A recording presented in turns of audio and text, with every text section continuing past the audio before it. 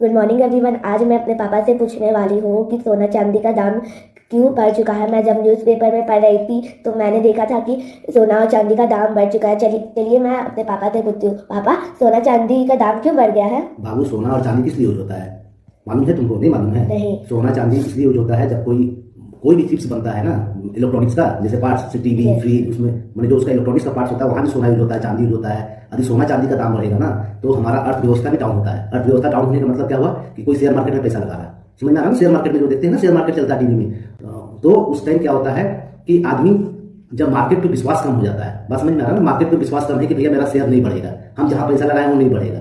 तो अभी तो बैंक में एफडी में भी नहीं मिल रहा ना इंटरेस्ट, तो इंटरेस्ट भी नहीं मिल रहा। आदमी मार्केट में गया है, मार्केट भी युद्ध चल रहा, बहुत सारा जगह देखेगी कि युद्ध चल रहा, लड़ाई चल रहा, एक देश दूसरे देश पे हमला कर रहा। जब हमला करेगा तो क्या होता है कि अनसर्टिनिटी होता है, इसको कहते हैं अनसर्टिनिटी है मार्केट में, ठीक है? कोई इन्वेस्टमेंट में पैसा नहीं बन रहा, मार्केट भाग रहा पर पैसा बन नहीं रहा। तो आदमी जब डर के फैक्टर के चलते क्या किया कि आदमी सोना खरीदने स्टार्ट किया।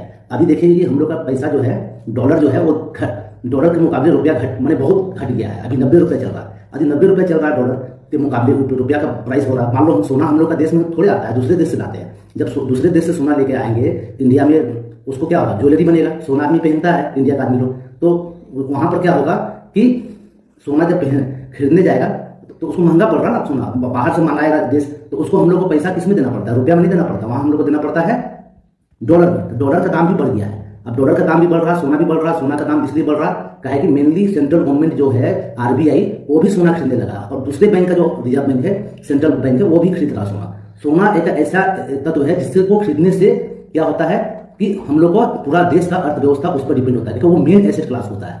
सोना एक ऐसा चीज है जो मेन एसेट क्लास होगा।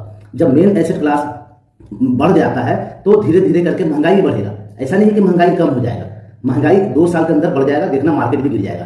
तो मार्केट में अनसर्टिनिटी पहले से है, मार्केट भी बढ़ नहीं रहा, और ऊपर से सोना का दाम और चांदी का दाम भी बढ़ रहा। सोना चांदी का दाम यदि बढ़ेगा तो जो आदमी गरीब है वो तो और गरीब हो जाएगा। पूछो कैसे? पूछो कैसे? पूछे, बताए। देखो, मान लो जो गरीब आदमी जो अपने बेटी का शादी करने जाएगा, अब वो सोना 24 कैरेट का तो खरीद नहीं पाएगा, क्योंकि सोना का दाम तो बढ़ा हुआ है। कहे कि वो कम सोना खरीदेगा। जब कम गरीब आदमी, जिसके पास पहले से सोना है, जो अमीर आदमी है पहले से सोना किसके पास रहता है? गरीब के पास तो नहीं रहता, अमीर के पास रहता है ज्यादा सोना। वो सोना उसका बढ़ गया है, वो तो पूरा खुश होगा।